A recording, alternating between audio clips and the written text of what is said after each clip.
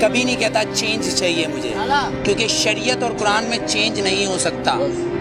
جو شریعت ہے اور قرآن ہے اس میں کبھی چینجنگ نہیں ہوتی. اور میں کبھی نہیں کہتا کہ مجھے چینج چاہیے.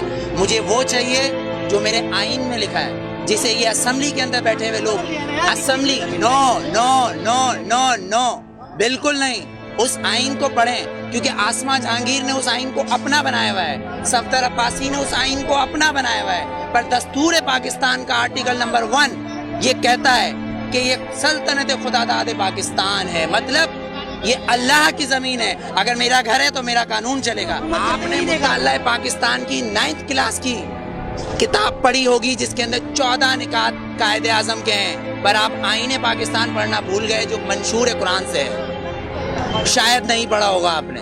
اگر پڑھا ہوگا تو آسما جہانگیر آپ کو اس کے اندر سے کچھ اصل نکال کے دے دیں گی. آپ کہو گے وہ صحیح ہے.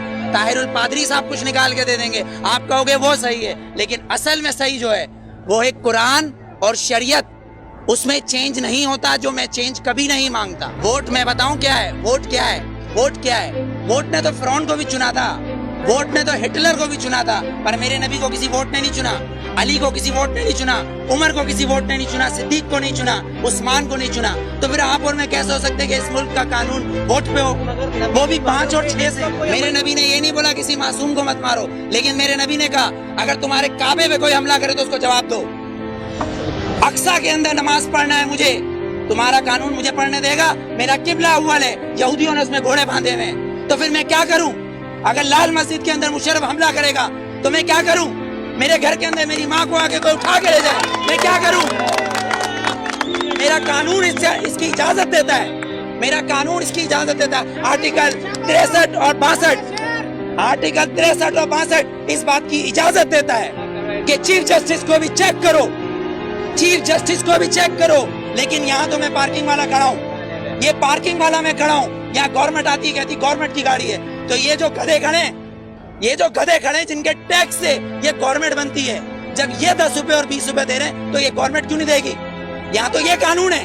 3 قانون، آرمی کا ایک، گورنمنٹ کا ایک، اور ایک مجھ جیسے اور ہم جیسے گدھوں کا الگ. کیونکہ ہم حبیب جالب کے بقول ہم 18 کروڑ گدھے ہیں، ہم 18 کروڑ گدھے ہیں. اگر صوفی محمد سواد کے یہ کہیں کہ میں دستور کو نہیں مانتا، آئین کو نہیں مانتا، تو وہ کافر، اس کو گرفتار کر لو، نظر بند کر دو، ٹھیک ہے، اس کو بند کر دو. اگر کوئی سیاستدان کہے کہ میں اس دستور کو نہیں مانتا تو وہ الیکشن کا حقدار.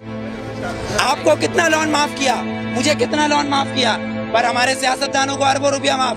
بلاول زرداری صاحب کا 30 ارب روپے کا محل رائے گڑھ میں بن رہا ہے، وہ بھی کس سے لیا ہے؟ ملک ریاض سے.